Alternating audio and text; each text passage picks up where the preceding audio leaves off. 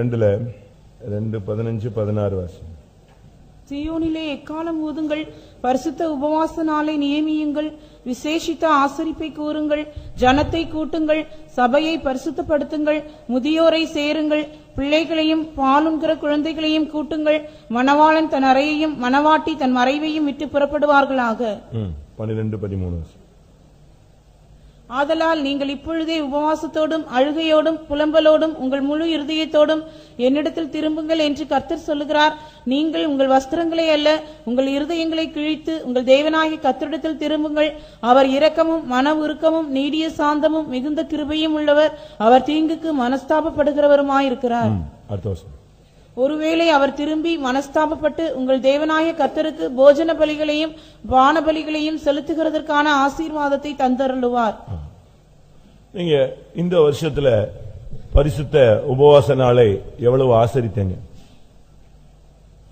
தேவ சமூகத்துக்கு எவ்வளவு போனீங்க? சபையில எவ்வளவு நீங்க பரிசுத்தத்தை பெற்றுக் கொண்டீர்கள்? உபவாசங்களை எப்படி நீங்கள் கடைபிடித்தீர்கள்? சுத்தி பண்ண உடனே நம்ம எங்கேயோ போயிட வேண்டாம். ஃபர்ஸ்ட் சிம்பிளா நீங்க உங்களை நீங்களே கர்த்தருடைய சமூகத்துக்கு நாம் எவ்வளவாக நம்மை அர்ப்பணித்தோம் அதை நம்ம ஃபர்ஸ்ட் பார்க்கணும். நீங்க சொல்லியிருக்கு பரிசுத்த உபவாச நாள். இந்த வருஷத்துல நம்முடைய உபவாசம் என்ன? இந்த வருஷத்துல வாரத்துல 3 தரம் கரெக்டா இந்த கடைசி வாரம் வரைக்கும் நான் உபவாசத்தை ஃபாலோ பண்ணியிருக்கேன். பரிசேயன் 2 தரம் உபவாசிக்கிறார். வாரத்தில் 2 தரம். தரம்னா என்ன? 2 நாள் அல்ல, என்னது? 2 டைம்ஸ். ஆனா உங்களுடைய நீதி அதை காட்டிலும் அதிகமா இராவிட்டால் தேவனுடைய ராஜ்யத்தில் பிரவேசிக்க மாட்டீர்கள். அப்ப வாரத்தில் 3 நேரம் ஒரு விசுவாசி உபவாசம் எடுத்திருக்க வேண்டியது அவசியம். அத பைபிள் சொல்லுது. நம்ம நினைக்கிறோம் சாதாரண உபவாசம், ஆனா பைபிள் அதை எப்படி சொல்லுது? பரிசுத்த உபவாசம். சிலர் உபவாசம் போட்டுட்டு பாவம் செய்வாங்க, சிலர் உபவாசம் போட்டுட்டு சண்டை போட்டுருவாங்க. ஏசாயால இருக்கு இல்லையா, முரட்டத்தனத்துடைய கைகளால் குத்துகிறது இருக்கும். அதுக்கு உபவாசம் எடுத்து என்ன பிரயோஜனம்? ஏசாயா 53 எத்தனை? 58 4. இதோ வழக்குக்கும் வாதுக்கும் துஷ்டத்தனத்தையுடைய கையினால் குத்துகிறதற்கும் உபவாசிக்கிறீர்கள். வழக்கு வாது துஷ்டத்தனத்தையுடைய கைகளால் குத்துகிறது. நீங்க உபவாசம் போட்டுட்டு டிவியில உட்கார்ந்துட்டீங்கன்னா அதுல என்ன இல்லை, அது பரிசுத்த உபவாசம் கிடையாது. நல்லா புரிஞ்சுக்கங்க. உபவாசம் போட்டுட்டு நீ பாட்டுக்கு எங்க தாறுமாறா ஜீவிக்க ஆரம்பிச்சிட்ட அப்படின்னா அது உபவாசம் கிடையாது. அது பரிசுத்த உபவாசம் கிடையாது, பட்டினி உபவாசம். வழக்கு உபவாசம் அன்னைக்கு சண்டையா போட்டுட்டீங்கன்னா வழக்கு, அடுத்து என்னது? வாது, அடுத்து அடிச்சுக்கிட்டீங்கன்னா அந்த உபவாசத்துக்கு பேர் என்ன கிடையாது? அது உபவாசம் நீங்க சொல்லலாம், ஆனா அது பரிசுத்த உபவாசம் கிடையாது. சரிதான் நான் சொல்றது கரெக்டா? சரின்னு சொல்றாங்க இல்லையா? சொல்லுங்க. அல்லேலூயா. சத்தியம் சத்தியம் தானே சொல்ல முடியும், மாத்தி சொல்ல முடியாது. உபவாசம் போட்ட அன்னைக்கு ஒண்ணு நீ ஜெபிக்கணும், இல்ல தேவ சமூகத்தில் இருக்கணும், இல்ல தேவ சமூகத்தை நீ உணர்ந்துகிட்டே இருக்கணும். உபவாசத்தன்னைக்கு சனிக்கிழமை இரவு நீ உபவாசம் போடுற அன்னைக்கு ரொம்ப கவனமா இருக்கணும். அந்த ஒரு நேரம் உபவாசம் இந்த 3 டைமை நீ கண்டினியூவா எடுக்கணும்னு இல்ல, உனக்கு சூழ்நிலைக்கு ஏற்ற மாதிரி நீ என்ன செய்யணும்? தேவ சமூகத்தில் ஒரு தீர்மானம் எடுத்துக்கணும். எத்தனை உபவாச ஜெபத்துக்கு நீங்க வந்திருப்பீங்க? யோசிச்சு பாருங்க. சபையில 2 உபவாச ஜெபம் இருக்கு, புதன்கிழமை காலையிலையும் சனிக்கிழமை காலையிலையும். அதுல எத்தனை உபவாச ஜெபத்துக்கு நீங்க வந்திருப்பீங்க? யோசிச்சு பாருங்க. முதல் கொஸ்டின், நீ வாரத்தில் 3 தரம் உபவாசம் எடுத்தாயா? First question. செகண்ட், அப்படி எடுத்த உபவாசம் பரிசுத்த உபவாசமா இருந்ததா? மூன்றாவது, நீ சபையில் உள்ள உபவாச ஜெபத்தில் கலந்து கொண்டாயா? யோசிச்சு பாருங்க. இதுக்கு நான் பதில் சொல்லணும் இல்ல, ஒவ்வொருத்தரும் என்ன செய்யணும், பதில் சொல்லணும். அந்த உபவாசம் நீ கரெக்டா சனிக்கிழமை காலையில உபவாச ஜெபத்துக்கு வந்தீங்களா, இல்ல புதன்கிழமை காலையில உபவாச ஜெபத்துக்கு வந்தீங்களா, அப்படி ஒரு முறைமை இருக்கிறதே தெரியாத ஒரு தெளிவற்ற விசுவாசிகளா இருந்திருக்கிறோமா, அப்படி நமக்கு அந்த நேரம் கிடைச்சும் நம்ம அதை யூஸ் பண்ணோமா, யூஸ் பண்ணலையா, அந்த கர்த்தருடைய சமூகத்தை தேடி போனோமா, அது உனக்கு தான் தெரியும். அடுத்து பண்டிகையை ஆச்சரியங்கள் இருக்கு. ஞாயிறு ஆராதனை ஒரு பண்டிகை.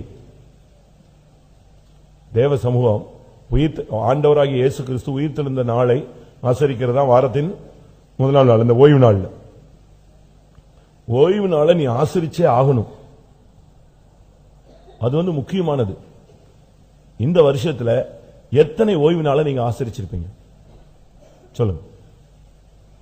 அதுவும் கரெக்டா 9 மணிக்கு, சாட்சியாபுரமா இருந்தா 7 மணிக்கு. எத்தனை நீங்க அந்த ஓய்வு நாளை சரியா ஆசரிச்சிருக்கீங்க? சரி, சர்வீஸுக்கு போயிட்டோம், அதுக்கு பிறகு உள்ள நேரத்தை எப்படி பண்ண நீ யோசிச்சு பாருங்க. அதுக்கு பிறகு உங்களை நீங்களே இதை நம்ம நல்லா நினைச்சுக்கங்க. ஒரு விசுவாசி ஊழியக்காரன் உலக பிரகாரமான பாவத்தை துணிஞ்சு செய்ய மாட்டான், அவனுக்கு சென்சார் ஒதுக்கும்.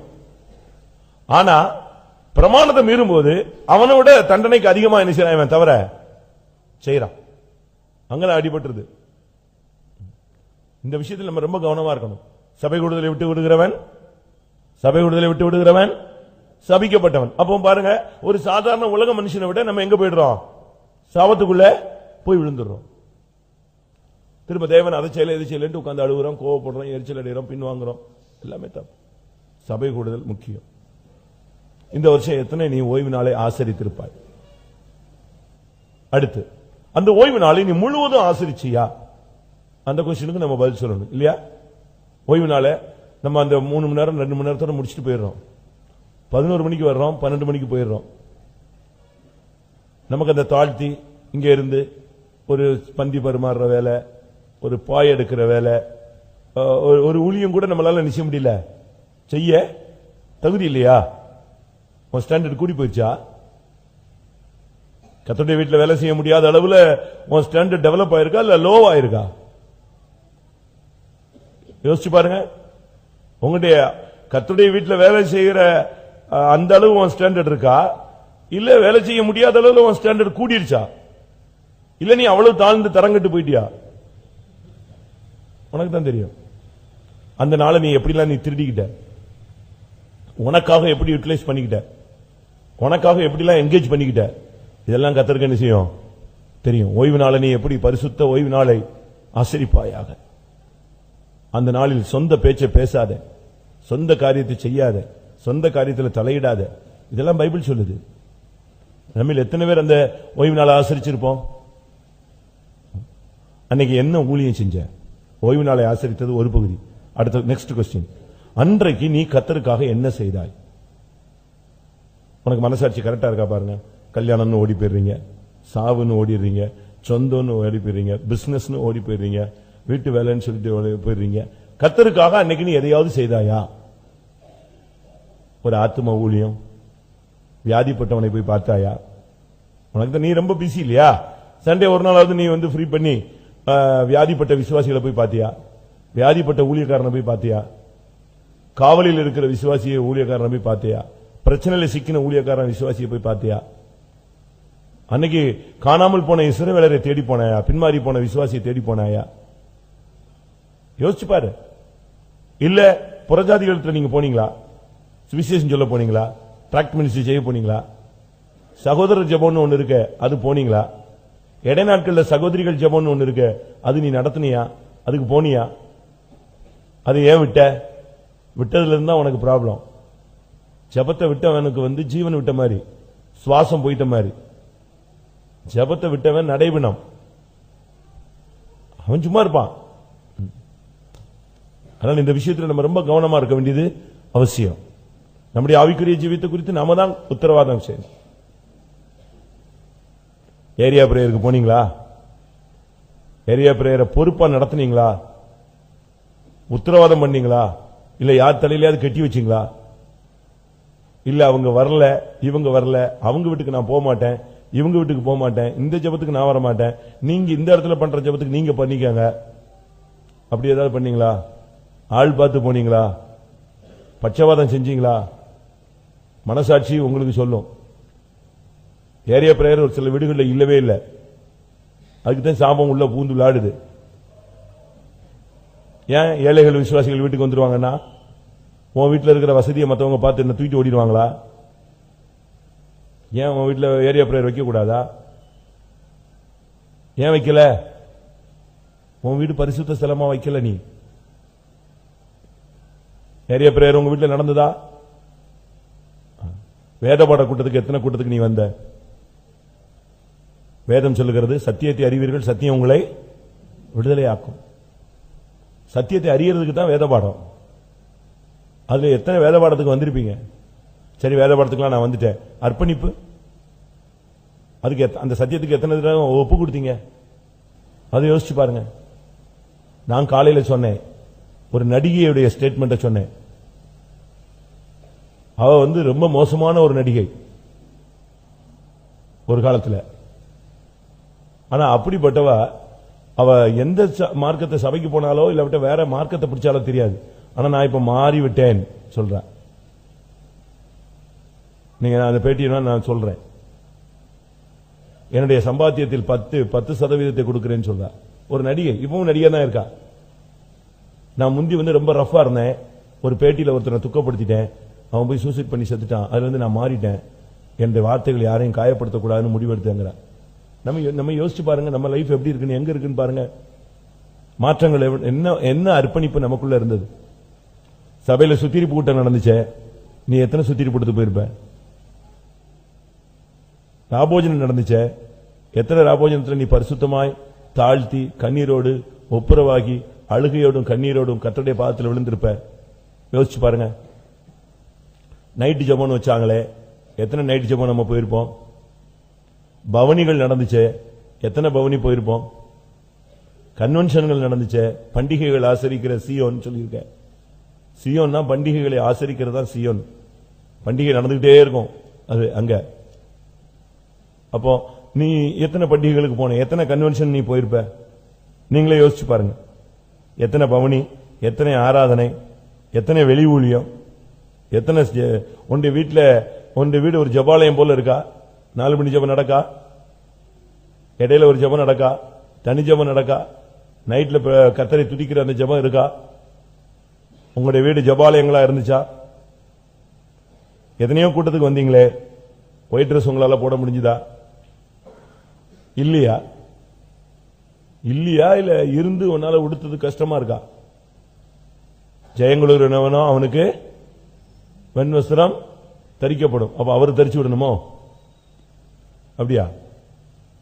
யோசிப்பா. நம்ம பிரசங்கங்கள் கேட்கறோம் இல்லையா? நமக்குள்ள மாற்றங்கள் என்ன நடந்துச்சு? சுத்திகரிப்பு நடந்துச்சா?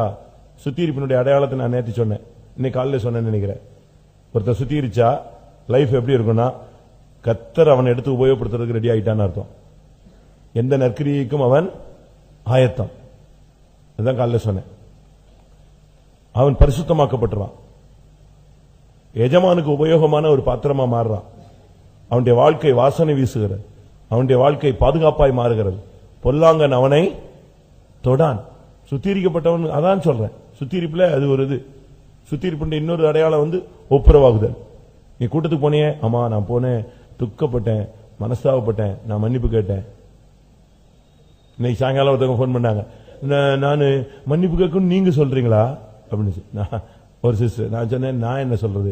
ஆவியானவர் சொன்னா கேளு, இல்லைன்னா போ, அப்படியே குற்றவாளியாவே புது வருஷத்துக்குள்ள போ, உன் தலை எடுத்து அப்படித்தான் இருந்துச்சுன்னா நான் என்ன பண்ணுவேன்? இல்ல நீங்க சொல்லுங்க, நீங்க சொன்னா நான் கேட்கிறேன். நான் சொன்னேன், நான் என்ன சொல்றது? இன்னொருத்தர் இருக்காரு, உனக்குள்ள ஆவி இருந்துச்சுன்னா நீ கேளு. கேட்கறதுக்கு உனக்கு சக்தி இல்லைன்னா இல்ல. அவங்க என்கிட்ட பேசிட்டாங்க, அவங்க பேசிட்டாங்க, அவன் ஜெயிச்சிட்டான்ல, அவன் ஜெயிச்சாச்சு. உனக்கு அறிவு இருந்தா செய், ஆவி இருந்தா செய். போன கீழே வைன்னு சொல்லிட்டேன், வை போன கீழே. உனக்கு பரிசுத்தாவி இருந்தா நீ போய் செய். ஒப்புரவாகு, தாழ்த்து, கீழ்ப்படி, மன்னிப்பு கேளு, முத்தம் கொடுத்து திரும்பி வா. இதுக்கு நான் சொன்னாதான் செய்யணுமா? வசனம் ஆயிரக்கணக்கான வசனங்கள் இருக்கு. நீ பெற்ற அபிஷேகம் இருக்கு. அதுக்கு நான் இன்னொருத்தன் சொல்லணுமா? இல்ல நீங்க சொன்ன, நீ மனுஷன் சொன்ன செய்யாத, தேவன் ஆவியானவர் சொன்னா செய், இல்லாவிட்டா இப்படியே வர புதிய வருஷத்துக்குள்ள ஒண்ணும் இல்லாம சாவமாவே போன்னு சொல்லிட்டு போன வச்சுட்டேன். ஒப்புரவாகுதல் நமக்குள்ளே வரணும். நீ பெற்ற அபிஷேகம் ஒண்ணு நிலைத்திருக்கிறது, உனக்கு வேறொருவன் போதிக்க வேண்டியது இல்ல. இன்னொருத்த உனக்கு சொல்லணுமா? அதனால இந்த விஷயத்தில் ரொம்ப கவனமா இருக்கணும். நீங்க நம்முடைய கூட்டங்கள் எப்படி இருந்தது? தாழ்த்த முடிஞ்சதா? இந்த வருஷத்துல எவ்வளவு ஜெபிச்சிருப்பீங்க யோசிச்சு பாருங்க. நான் இந்த கொம்புல கடந்துட்டு அல்லேலூயான்னு கத்துறது அதை சொல்லல. உனக்கும் தேவனுக்கும் உள்ள ஐக்கியம் ஜெபத்துல எவ்வளவு இருந்துச்சு? எவ்வளவு கண்ணீர் விட்டுருப்ப ஜெபத்துல? நான் இன்னைக்கு காலையில யோசிச்சேன். நான் சென்னையில இருக்கும்போது அழுதேன்னு சொன்னா ஒரு 2-3 ட்ரிப் அழுதுருப்பேன். எப்படி டோட்டல்லையே ஞானஸ்தானம் கொடுக்கிற அன்னைக்கு முன்னால உட்கார்ந்து அழுதேன். என்னைய கட்டாயப்படுத்தி ஞானஸ்தானம் கொடுக்கணும்னு என்னைய நீ தான் கொடுக்கணும்னு என்னைய பிக்ஸ் பண்ணிட்டாங்க ஒரு ஊழியத்துல.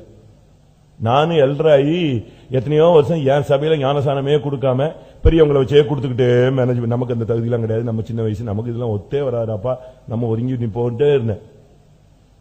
என் சபையிலேயே ஞானஸ்தானம் வரும், நான் யாரை கூட்டு வருவேன்?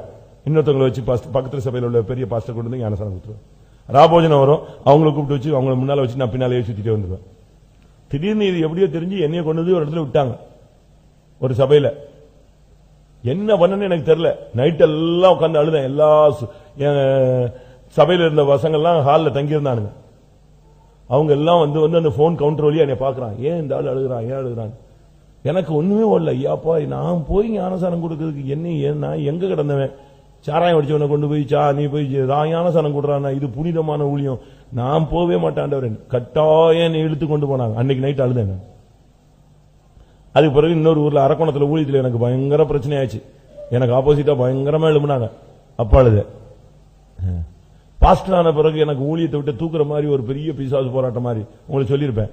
அந்த அம்பு எங்கிருந்து வந்துச்சுன்னு என்ன செய்யாது எனக்கு தெரியாது. அது ஒரு பெரிய கலக்கம் அப்பொழுது.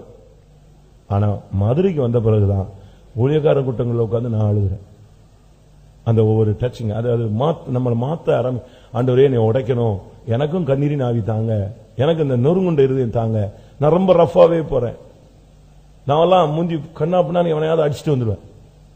இங்க வந்த பிறகுதான் நான் அடிச்சு பார்த்தேன். நீ ரூம்ல வச்சு டம் டம் டம்னு அடிச்சேன். ஓ இவ்வளவு வலிக்கணும், அப்போ அதுக்கு தான் அவன் எவ்வளவு கத்திருக்கான் அப்படின்னு. அதுக்கு பிறகு நான் உட்கார்ந்து அழுதேன்.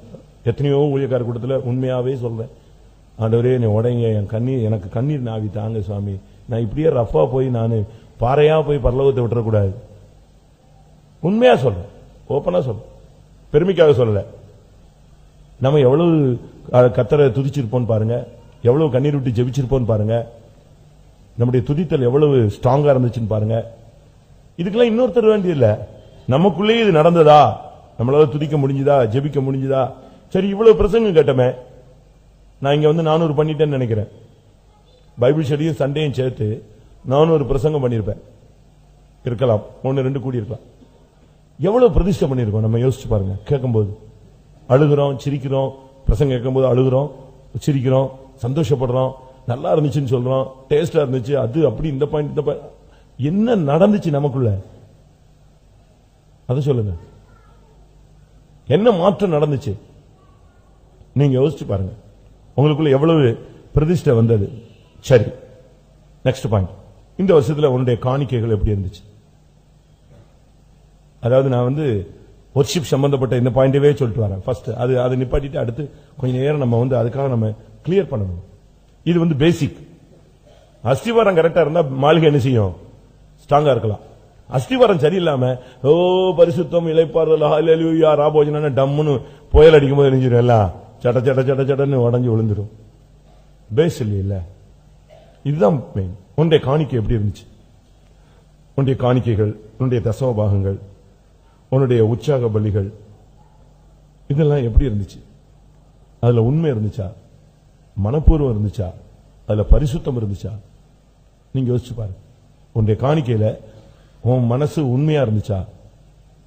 உன்னுடைய காணிக்கையில உனக்கு மனப்பூர்வம் இருந்துச்சா? நீயே பாரு, உண்மை இருந்துச்சா? மனப்பூர்வம் ஏதோ கொடுக்கணும், மாசம் மாசம் கொடுத்தே ஆகணும், வேற வழி இல்லை, இப்படி எல்லாம் கொடுத்தா அது என்ன இருக்காது, ரெகக்னைஸ்ட் ஆகாது, தூக்கிறோம். நசல் கொண்டது, ஊனமுற்றது, மனப்பூர்வம் இல்லாதது, இதெல்லாம் என்ன செஞ்சிடும்? அந்த பலிவிடம் வாந்தி பண்ணிடும், தள்ளிடும், வெளியே தள்ளிடும். பாஸ்டர் வாங்கிக்குவாரு, அவருக்கு வெளியரங்கமான ஜீவியம் மட்டும்தான் தெரியும், உள்ளானது யாருக்கு தெரியாது. எத்தனை காணிக்கை நீங்க சண்டை போட்டுட்டு செலுத்திருப்பீங்க? மத்தியில சொல்லியிருக்கு, நீ ஒரு காணிக்கை செலுத்த வந்தால் ஒப்புராயிட்டு வந்து என்ன செய்ய செலுத்துன்னு. எத்தனை பேரோட சண்டை, எவ்வளவு பேரோட வாக்குவாதம், எவ்வளவு பிரச்சனை. அதுக்கு மத்தியில நம்ம காணிக்கை கொடுத்து தோத்திரம் ஜெபிச்சு போயிடுறோம். அதெல்லாம் அங்கீகரிக்கப்படாத காணிக்கைகள். அப்படி பார்த்தா இந்த வருஷத்துல எல்லா காணிக்கையும் அங்கீகரிச்சதோ இல்லையோன்னு எனக்கே தெரியல. முறுமுறுத்துக்கிட்டு வேண்டா வெறுப்போடு அப்படிலாம் நம்ம செஞ்சிருப்போம். அதாவது நான் வந்து உங்களை குற்றவாளியா தீர்க்கிறதுக்காக சொல்லல, இதுல ஏதாவது ஒரு பாயிண்ட் சாட்ட நம்ம மேல அடி உழுதான்னு பாக்குறது. நானும் தான். நீங்க காணி கொடுக்கறது இல்ல, நான் உங்களோட அதிகமா கொடுக்கறேன். அப்ப நானும் கூட என்னத்த அப்படின்னு சொன்னனாலே அந்த காணிக்கை என்ன செஞ்சது? ஒமிட் ஆயிடும், அவாய்ட் பண்ணிடுவார் ஆண்டவர். வேண்டாம் வேண்டாம், அப்படி ஒரு காணிக்கை வேண்டாம். எப்படி இருக்குன்னு பாருங்க. உங்களுடைய காணிக்கைகள் எப்படிப்பட்டது? அது மனப்பூர்வமா கொடுத்தீங்களா? உண்மையா கொடுத்தீங்களா? பரிசுத்த சிந்தையோடு கொடுத்தீங்களா? ஊழியத்தின் மேல உள்ள ஒரு தாகம், நம்ம ஊழியத்துக்கு நம்ம செய்யணும், நம்ம ஊழியம், நம்ம சபை, நம்முடைய ஆண்டவர் அப்படின்னு செஞ்சோமா? யோசிச்சு பாருங்க. ஒரு ஆள் என்கிட்ட காணிக்கை கொடுத்தாரு, நான் சொல்லியிருக்கேன் இல்லையா, நான் சின்ன பிரதர், அதனால என்னை முட்டாளாக்கிட்டார் அவரு. 30 ரூபாயை கொடுத்துட்டு 20 ரூபாயும் 10 ரூபாயும் இப்படி பிரிச்சு கொடுத்தாரு. உங்ககிட்ட கொடுக்கவா அக்காட்ட கொடுக்கவா அப்படின்னாரு. அக்காட்ட கொடுக்கணும்னா கொடுங்க, என்கிட்ட கொடுக்கணும்னா கொடுங்க, ரெண்டும் ஒரே பேங்க் தான், பரவாயில்ல. அவங்க வந்து என்னை விட பெரிய ரொம்ப சீனியர், நான் அப்ப சின்ன பிரதர் இல்லையா. அவங்க 30 வருஷம் 35 வருஷம் ஊழியத்தில் இருந்தவங்க, நான் வந்து 1 வருஷம் கூட ஆகல, 1.5 வருஷம் கூட ஆகல. அதனால நீங்க யார்ட்டனாலும் கொடுங்க, அது உங்க இஷ்டம்னு சொன்னேன். அங்க கொடுத்தாலும் ஒண்ணுதான், இங்க கொடுத்தாலும் ஒண்ணுதான். நாங்க 2 பேரும் நான் என்கிட்ட வாங்கினதை வந்து நான் தூக்கிட்டு போறது இல்ல, நான் அக்காட்ட தான் கொடுப்பேன், அவங்க தான் சீனியர் அப்படின்னு சொன்னேன். அப்போ நீங்களே வச்சுக்கோங்க அப்படின்னு கொடுத்தாரு. ஓகே அப்படின்னு உடனே அந்த 20 ரூபாயும் 10 ரூபாயும் என்ன செய்யறாரு? பிரிச்சு இப்படி கொடுக்கிறாரு. ஆக்சுவலா நீ உங்க வலது கை கொடுக்கறது எது தெரியக்கூடாது? இடது கைக்கு தெரியக்கூடாது. இது புறஜாதிகள் ஜனங்கள் வந்து கொடுக்கிறது அந்த மெத்தட். மற்ற சபைக்காரங்க என்ன செய்றாங்க? பைபிள்ல வச்சு கொடுக்கறாங்க. அது கூட தப்பு தான். மற்ற சபைகள் நீங்க அப்படி ஒரு போயிருக்கீங்களா? மற்ற சபைகள் விசுவாசிகள் பைபிளுக்குள்ள என்ன செய்றாங்க? காணிக்கைகளை 500 ரூபாய் 1000 ரூபான்னு வச்சுக்கிறாங்க. போன உடனே ஐயா காணிக்கை எதை வச்சிருப்பான்? கையில பைபிள் வச்சிருப்பாங்க. என்னன்னு கேட்டா அப்படி விரிப்பாங்க, அதுல இருந்து நம்ம எடுத்துக்கணும். இது என்ன மெத்தட எங்கிட்ட கத்துக்கிட்டு கொடுத்தாங்கன்னு தெரியல. அதெல்லாம் தப்பு. பைபிள்ல வச்சு காணிக்க வச்சுட்டு பைபிள்ல அந்த ஊழியக்காரன் எடுப்பானா? இந்த ஊர்ல தான் நான் அதை ரொம்ப பார்த்தேன். அதனால அந்த மெத்தடும் தவறு. நீ வலது கை கொடுக்கறது என்ன செய்யக்கூடாது? இடது கை. அப்ப அந்த ஆளு என்ன சொல்றான்? நான் உடனே சரின்ட்டு வாங்க போயிட்டேன். கை இப்படி நீட்டியாச்சு. அவர் 30 ரூபாய், என் கை இப்படி போகுது பாதி தூரம். போன உடனே அவர் சொல்றாரு, நீங்க ஒன்னும் ஊழியத்தை விட்டு போயிட மாட்டீங்களா அப்படின்னாரு. ஏன்னா அப்ப உள்ள சீனியர் வந்து ஊழியத்தை விட்டு போயிருக்காரு. அந்த கேப்ல தான் இவர் வந்து அந்த காணிக்கை கொடுக்கிறார். எப்படி இருக்கும்? எனக்கு செருப்பு கலத்தி அடிச்ச மாதிரி இருந்துச்சு, உச்சில டம்முன்னு அடிச்ச மாதிரி இருந்துச்சு. அதா தொலைச்சிட்டான இந்த ஆளு நம்மள. என்ன பண்றது? வெக்கமா போச்சு. நீங்க யோசிச்சு பாருங்க. கையை நெட்டி, அவர் கை நெட்டி, நான் கை நெட்டி பாதியில நிக்கும் போது என்ன வார்த்தை வருது? அந்த ஆளுக்கு என்ன காணிக்கை பத்தி என்ன தரிசனம் இருந்துச்சு? நான் சொன்னேன், இயேசு உயிரோடு இருக்கிறாருன்னு கேள்விப்பட்டிருக்கேன், நம்புறேன், அதனால அவர் இருக்கிற வரைக்கும் நான் இருப்பேன். அப்ப நீங்களே வாங்கிக்கோங்க அப்படின்னு கொடுத்தாரு. எவ்வளவு முட்டாள்தனமான ஒரு செயல். நம்முடைய காணிக்கைகளை, அந்த காணிக்கை தேவன் எப்படி அங்கீகரிப்பார்? நானே அங்கீகரிக்கலையே, ஊழியக்காரனே அங்கீகரிக்கலையே, நான் எப்படி அக்செப்ட் பண்ணுவேன்? இன்னைக்கு வரைக்கும் என் மைண்ட்ல இருக்குன்னு வச்சுக்கோங்களேன். அது பகை அல்ல, சொல்றேன். அந்த ஊழியக்காரர் போனதுக்காக அவங்க சந்தோஷப்பட்டார். அவர் அடுத்த வாரம் பிரசங்கம் எனக்கு வசமா மாட்டுச்சு. என்கிட்ட ஆவியானவர் பேசினார், சவுலை பத்தி பேசினேன். தாவீது சொல்றான் சவுலை பத்தி, உங்களுக்கு ரத்தாம்பரம் உடுத்தினாரே அவரை நினைத்துப்பாரு. சவுல் தானே உனக்கு ரத்தாம்பரம் உடுத்தினா, நீ ஒண்ணுமில்லாம கிடந்தியே. ஊழியக்காரர் போயிட்டாருங்கிற அந்த ஊழியக்காரர் தானே உன்னுடைய வியாதிக்கு ஜெபிச்சான். உன் வீட்டுல சாவுக்கு அவன் தானே அடக்கம் பண்ணான், பிரசங்கம் பண்ணான். உன் பிள்ளைக்கு பேர் வச்சுதான் வந்தானே, உன் பிள்ளை கல்யாணம் கட்டி வச்சுதான் வந்தானே. உன் வீட்டுல வியாதி ஐயா பிரச்சனைன்னு வந்த ஓடி வந்தவன் அவன் தானே, வேற எவன் வந்தான்? அவன் போயிட்டாங்கிறதுக்காக நீ இவ்வளவு சந்தோஷப்படுறியே. நீ சந்தோஷப்பட்டால் நீ பெலிஸ்தியன். நீ துக்கப்பட்டினா நீ தாவீதுன்னு சொன்ன. இப்படி எல்லாம் உங்களுக்கு எப்படி பிரசங்கம் பண்ண முடியுது அப்படின்னாரா? அதே ஐயா தான். பண்ணுவோம், இதுவும் பண்ணுவோம், இதற்கு மேலும் பண்ணுவோம், இன்னும் பண்ணிட்டு தான் இருக்கோம். பாவம். நான் எதுக்கு சொல்றேன்னா அவரை குறை சொல்லல, அவருக்கு அவ்வளவுதான் அறிவு. இத்தனை வருஷம் விசுவாசி, அதுவும் பழைய பெருச்சாளி. அவர் சிபிஎம்ல எல்லாமே தெரியும் பாரு. அதுக்கு எதுக்கு சொல்றேன்னா அவங்களுக்கு அந்த டிவைனிட்டி இல்ல, அந்த காணிக்கையில் உள்ள புனிதம் தெரியல. இயேசு அந்த 2 காசை பார்த்துக்கிட்டே இருந்தார். அந்த விதவை போட்ட 2 காசை இயேசு பார்த்தாரு. ஏ அப்பா, ஐயோ இருக்கிறத அப்படி கொட்டிட்டாலே, இனி அடுத்த நேரம் அவளுக்கு சாப்பாடு கொடுக்கிறது யாருடைய வேலையா இருக்கணும்? யார் தான் கொடுக்கணும்? இது தெய்வம் தான் கொடுக்கணும். ஏன்னா தன்னிடத்தில் இருப்பதை போட்டாச்சு. அப்படி ஒரு கண்டிஷன். நம்முடைய காணிக்கை அப்படித்தான் இருக்கும். அர்ப்பணிப்புங்கிறது வெளியவே தெரியக்கூடாது. அதனால இந்த வருஷத்துல இந்த லாஸ்ட் மினிட்ல வந்துட்டோம். நம்முடைய காணிக்கைகள் எப்படி, நம்முடைய கூட்டங்கள் எப்படி, நம்முடைய ஊழியங்கள் எப்படி? ஃபர்ஸ்ட் நான் சொன்னது என்னது? நம்முடைய என்ன தூங்கிட்டீங்களா? சொல்லுங்க. ஃபர்ஸ்ட் என்னது? உபவாசங்கள். அடுத்து நம்முடைய ஊழியங்கள். அடுத்து நம்முடைய கூட்டங்கள். அடுத்து நம்முடைய ஜெபங்கள். அடுத்து நம்முடைய துதிகள். அடுத்து நம்முடைய காணிக்கைகள். அடுத்து நம்முடைய கன்வென்ஷன்கள். அடுத்து நம்முடைய பவனி. இதெல்லாம் எப்படி இந்த வருஷத்துல நம்ம எப்படி அதை டீல் பண்ணிருக்கிறோம் யோசிச்சு பாருங்க. ஆராதனைகளை விட்டு விட்டு இஷ்டத்துக்கு சுத்தி, கல்யாண வீடு, சாவு வீடு, மச்சான் வீடு, அங்க இங்க எப்படி இல்லாம போறோம். எனக்கு அதெல்லாம் ஆச்சு. நானும் அப்படிலாம் இருந்தேங்க, உண்மையை சொல்றேன். நான் ஒரு 2 சர்வீஸ் விட்டுட்டு ஒரு இடத்துக்கு போயிட்டேன். அதுக்கு பிறகு நான் 3வது வாரம் வந்தா எனக்கு அந்த முன்னால போற அந்த ஐடியாவே வரல. முன்னால போகணும் அப்படிங்கிற அந்த தாட்டே வரல. அப்படியே ஒதுங்கிதான் நிக்குது. அந்த ஆவி என்ன செய்யுது? இழுக்குது வெளியே. ஒரே ஒரு சர்வீஸ்ல நான் பின்னால போய் உட்கார்ந்தேன். அன்னையோட வாழ்க்கையை வெறுத்துட்டேன். ஏ அப்பா, இது பின்னால பரிசுத்தாவியானவரே கிடையாது. இங்க வாலிப பையங்க பின்னால உட்கார்றதுக்கு நம்ம அனுமதிக்கிறது இல்ல. அங்க அது ஆடு உட்கார்ந்து கதை அடிச்சுக்கிட்டு ஒரே இது. நான் பார்த்தேன், என்னடா இது? அவனுங்க என்னைய பார்த்துட்டு இவன் யாரா புதுசா வந்திருக்காங்க. எனக்கு புதுசா ஒரு பவனிக்கு போயிருக்கிறேன். பவனி ஒரு லோக்கல் பவனிக்கு போயிட்டு நான் ஒரே ஒரு பையன் தான் எனக்கு ஃப்ரெண்ட், அவங்க கூட போய்கிட்டு இருக்கேன். அங்க உள்ள சபையில் உள்ள அவ்வளவு விசுவாசி, அவ்வளவு பையனும் பழைய விசுவாசிங்க. அவன் என்னைய பார்த்துட்டு, ஏய் யாரா புதுசா வரான்? ஏய் இவன் தாண்டா, அவன் இத்தனை வருஷமா வந்துட்டு இருக்கான்டா அப்படிங்கிறான். அவன் அப்படியா, ஓ முன்னால உட்காந்துருப்பானோ அப்படிங்கிறான். இவன் இது இப்படி உட்காந்துருக்க. மாப்பிள்ள பெஞ்சிருமா இந்த ஸ்கூல்ல மாப்பிள்ள பெஞ்சு தெரியுமா உங்களுக்கு? அதுதானே சொல்லுவாங்க. இங்க என்ன சொல்லுவான்னு தெரியல. மாப்பிள்ள பெஞ்சுமா, அதாவது இந்த அறவைக்காடு, படிக்காது, தருதல, இதெல்லாம் பேக்ல உட்காந்துருக்கோம். அங்க உட்காந்து ஒரே ரகலை பண்ணி டம்மு டிம்முமா. இந்த கேஸ்ல எல்லாம் நம்ம இருக்கக்கூடாது. நம்ம அந்த கேஸ்ல இருக்கக்கூடாது. நம்ம கர்த்தருடைய சமூகத்தில் விழுந்து ஓடி வரணும். 10:30 வரும்போதும் கல்யாண பொண்ணு வர்ற மாதிரி வரக்கூடாது. ஐயோ லேட் ஆயிருச்சு சுவாமி, பஸ் லேட் ஆயிருச்சே, டிராபிக் போயிருச்சே, கார் பஞ்சர் ஆயிருச்சே, இயேசுவே இயேசுவே இயேசுவே இயேசுவே நினைச்சணும். ஓடி வரணும். நேற்று வந்து விசுவாசி விழுந்தடிச்சு ஓடி வரான். எனக்கு அதான் ஆச்சரியம். நேற்று வந்தவன் மிஸ் எடுத்துட்டான். நேற்று வந்த விசுவாசி நகையை கழட்டிட்டாங்க. நேற்று வந்த விசுவாசி மருந்து எடுக்காம நிக்கட்டுமா, கர்த்தர் என்ன சொல்றாருங்கிறான்.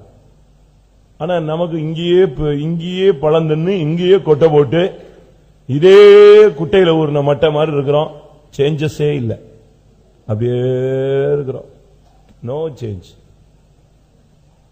நீ என்றைக்கு மனம் திரும்புவாய்? உனக்கு சுத்திகரிப்பு எப்பொழுது நடக்கும்? ஒரு கொஸ்டின் கேட்கு. இறைமையால கேட்கிற, உனக்கு சுத்திகரிப்பு எப்போ நடக்கும்? நீ எப்பொழுது சுத்திகரிக்கப்படுவாய்? ஆண்டவர் கேட்கிற, நீ எப்பயா சுத்திகரிக்கப்படுவ அப்படிங்கிற யோசிச்சு பாரு. சரி, நான் என் வார்த்தையை சுருக்குகிறேன். கொஞ்ச நேரம் இப்பொழுது கேட்ட வசனங்களின்படி உன்னுடைய உபவாசம் எப்படி, உன்னுடைய ஆராதனை எப்படி, உன்னுடைய ஊழியம் எப்படி, உன்னுடைய காணிக்கை எப்படி, உன்னுடைய ஜெபம் எப்படி, இதுக்கு நீங்க பதில் சொல்லுங்க. உங்களுடைய பிரதிஷ்டைகள் எப்படி? ஒரு 10 நிமிஷம் கண்களை முடியல, அரைமுழங்கால் போடுவோம். நான் சொல்லலைங்க, நான் எடுத்துட்டு வந்ததெல்லாம் வேற, இங்க வர்றதெல்லாம் வேற. அது ட்ரிப்பாய் தான் போய்கிட்டே இருக்கு. சரி, அப்படியே ஆண்டவருடைய ஆவியானவருடைய செயலுக்கு என்ன செய்வோம்? விட்டு கொடுப்போம். கொஞ்ச நேரம் பைபிள்லாம் மூடி வைங்க, முழங்கால் போடுங்க, அழுங்க.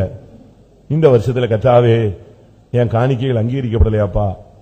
அங்கீகரிக்கப்பட்டுச்சு இல்லையங்கிறது கண்டுபிடிக்கிறதுக்கு ஒரே ஒரு சாம்பிள் சொல்றேன். காணிக்கை அங்கீகரிக்கப்பட்டால் நீ ஆபேலை போல சத்தியத்துக்காய் சாவாய், இல்லாவிட்டால் சத்தியத்துக்காய் நிற்பாய். காணிக்கை அங்கீகரிக்கப்பட விட்டால் நீ காயினை போல நீ துஷ்டனாய் சபையில் இருப்பாய்.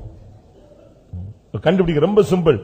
உன்னுடைய ஊழியம் உன்னுடைய ஜீவியம் அங்கீகரிக்கப்பட்டுச்சுன்னா நீ இந்த சத்தியத்துக்காக நிற்பாய். உன்னுடைய காணிக்கை உன்னுடைய ஊழியம் ஜீவியம் அங்கீகரிக்கப்படாவிட்டால் இதே சபையில நீ காயினை போல துஷ்டனாய் இருப்பாய். இதான் ரெண்டுக்கும் விளக்கத்துக்கும் வித்தியாசத்தையும் நீங்களே ஆவியானுடைய உதவியோடு பார்த்துக்கொண்டு கர்த்தருடைய பாதத்தில் விழுங்கள், அறிக்கையிடுங்கள். ஐயா, நான் கூட்டத்தங்களா அசட்டை பண்ணிட்டேன், அசால்ட்டா இருந்துட்டேன். ஆண்டவரே, அது தப்புதான் சுவாமி. எனக்கு எவ்வளவு நேரம் கிடைச்சது, காலம் கிடைச்சது. நீங்க என்னைய காலையில எழுப்புனீங்க, ஆமென். எனக்கு பலன் தந்தீங்க, எனக்கு சுகம் தந்தீங்க. ஆனா நான் உபவாசிக்கல, நான் ஜெபிக்கல, காணிக்க கொடுக்க கூட யோசிச்சேன், ஏமாத்தினேன், வஞ்சித்தேன், எடுத்து வச்சிட்டேன். ஹல்லேலூயா, ஹல்லேலூயா, ஹல்லேலூயா, ஹல்லேலூயா. ஒரு 5 நிமிடம், ஆமென். இந்த போராட்டம் உன்னை விட்டு வெளியே போய்விடும்.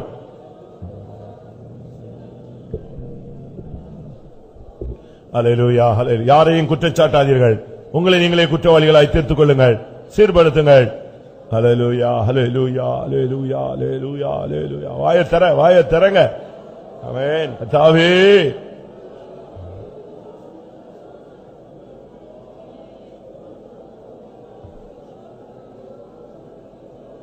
உபவாசம் எடுக்கலையே ஆண்டவரே, அப்படி எடுத்தும் அது பரிசுத்த உபவாசமா இல்லையே ஆண்டவரே. வழக்கு, வாது, அடித்தல், பாவம் செய்தல், நேரத்தை வீணாக்குதல், உபவாசம் போட்டு தூங்கிவிட்டது, இதெல்லாம் பரிசுத்த உபவாசம் இல்லை பிரியமானவர்களே.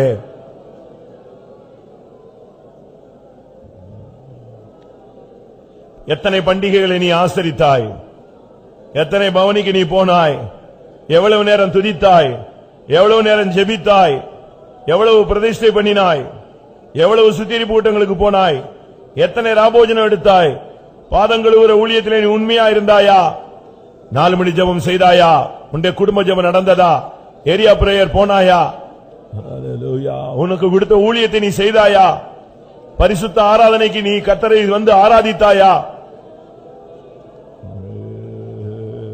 கர்த்தர் கொடுத்த கிருபை தாளந்துகளை உபயோகப்படுத்தினாயா, தீர்க்க தரிசனம் சொன்னாயா, உன் காணிக்கைகள் மனப்பூர்வமாக இருந்ததா?